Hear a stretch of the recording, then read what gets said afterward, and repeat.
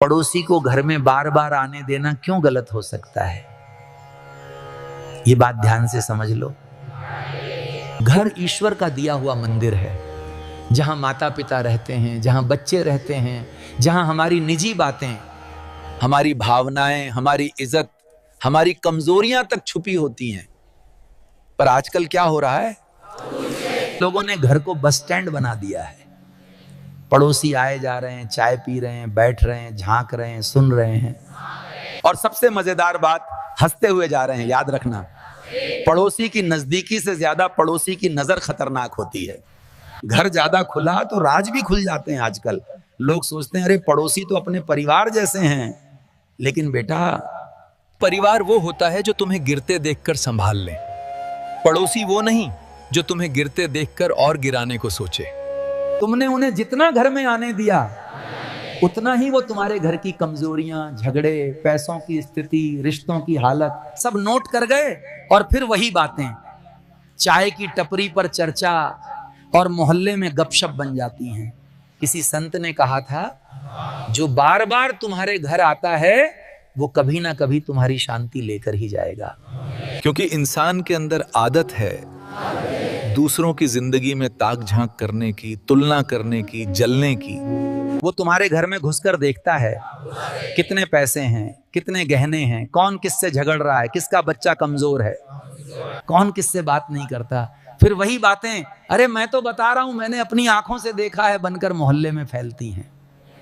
घर में जितना आना जाना बढ़ा, उतना सम्मान घटा जाता। जो हर समय आ जाता है वो मर्यादा नहीं समझता। लड़कियों वाले घर में तो ये और भी जरूरी है।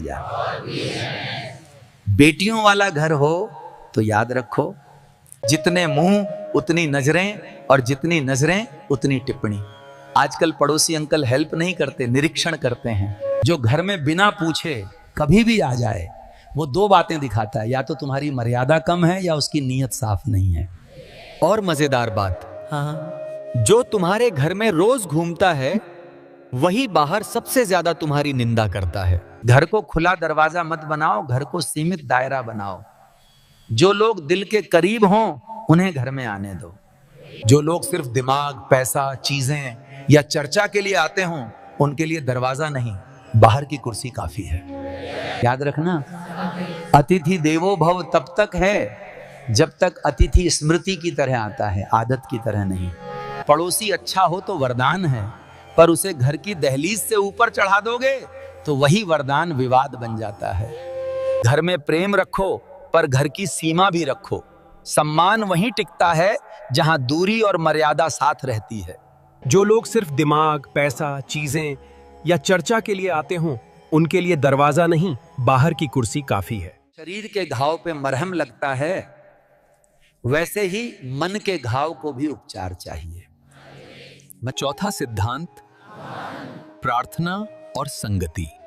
जब घर में रोज प्रभु का नाम लिया जाता है तो वो नाम ही धीरे धीरे भीतर की आग बुझा देता है।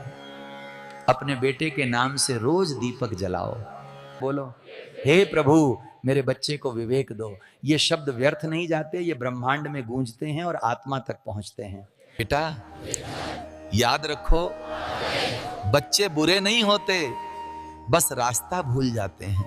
माता पिता का प्यार ही वो नक्शा है जो उन्हें फिर से घर तक पहुंचाता है। तो घबराओ मत, विश्वास रखो, हर रात का अंधेरा सूरज को रोक नहीं सकता। तो आज का ये प्रवचन कैसा लगा कमेंट में बताना, और इस वीडियो को लाइक कर देना, और अपने दोस्तों को शेयर करके बाबा को फॉलो कर लेना। सभी एक बार कमेंट में लिखें, जय श्री राम।